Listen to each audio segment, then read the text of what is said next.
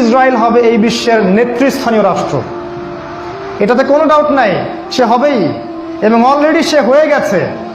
সে প্রায় 90% সফল, আর 10% বাকি আছে। এটা খুব অল্প সময়ের মধ্যেই হয়ে যাবে। কারণ আমাদের দুর্বলতা আছে যে আমরা যে আপোষে কাদা ছোটাছুটিতে ব্যস্ত ছিলাম, এই যে প্যালেস্টাইন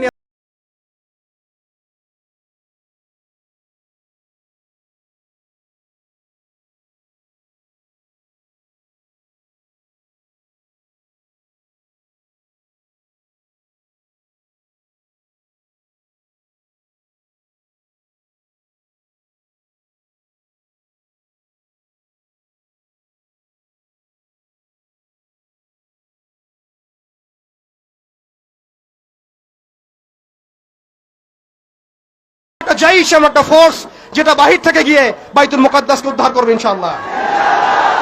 আর আপনারা ভবিষ্যৎবাণী শুনে রাখবেন, ইনশাআল্লাহ আযজা ওয়া জাল আল্লাহ রাব্বুল আলামিনের এই বান্দাদের মধ্যেই এমন একটা জাইশ, এমন একটা দল আল্লাহ পাক সৃষ্টি করে দিবেন ইনশাআল্লাহ।